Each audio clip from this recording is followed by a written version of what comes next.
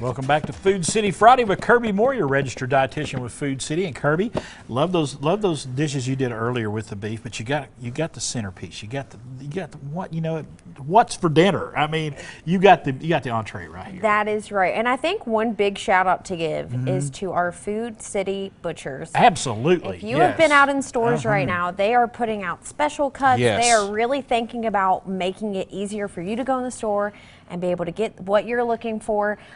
They helped me the other night. Right. I was talking about different cuts and really what that presentation, wow piece.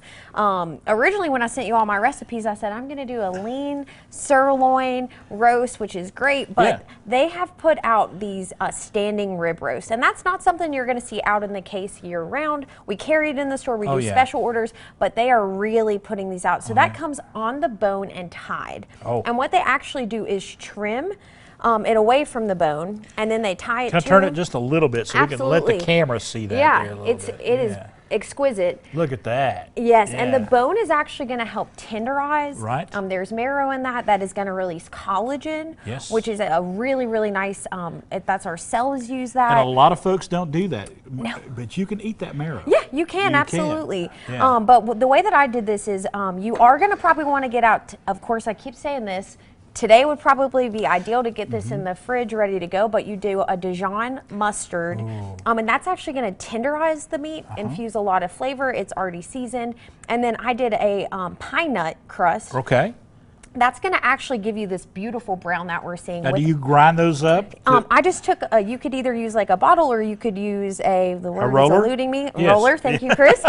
You could use that to get that to that texture, but it's almost going to be like a fine flour, but that heart-healthy nut. Now again, this prime rib roast is going to be a little bit higher in saturated fat, but that's going to render that really, really tender option. I actually did a closed oven method. Okay. This is different for people. It's super easy. You don't have to sear it.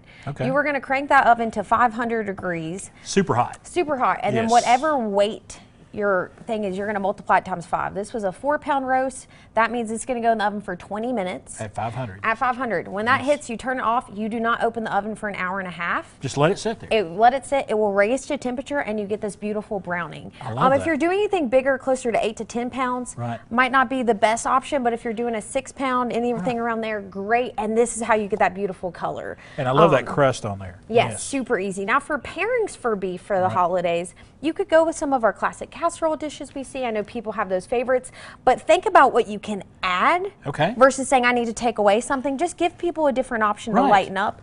Since this is going to be savory, I went with a shortcut, really simple butternut squash. It comes with tons of vegetables. You just roast this in the oven, and then I did a quick little kale massage with a little bit of olive oil, balsamic vinaigrette, and a teaspoon of maple syrup is going to cut that bitterness. These together is just astounding. The nut crust paired with that kale, it is a perfect kind of flavor combination. And the squash in there, I love that because you just got layers of flavor in there with the red onions in there. And the kale, I like the fact that you tore the kale up because you really need to do that because kale can sometimes massaging it. And it will sometimes make it a little more palatable. And this dish together, you were mentioning some of the benefits of beef, rich in iron, selenium, magnesium. So we're still getting a lot of nutrition there. And I shouted out our butchers earlier. Our produce team is also out there trying to get those recipe ready. You're picky about produce. Simplify things that are going to make your dinner come together. And again, think about what you can add to the table this year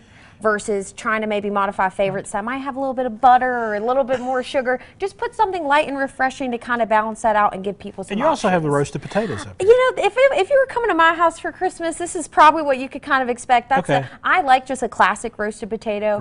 And you can do that at the same time as you do the roast. You used the tricolor potatoes. I did. I think a color pop is really, you know me, we're always brightening up with that color. You got to, we talk about you got to eat all the flavors, all the colors of the rainbow. That's right, and we got it here with this holiday centerpiece meal planning for you.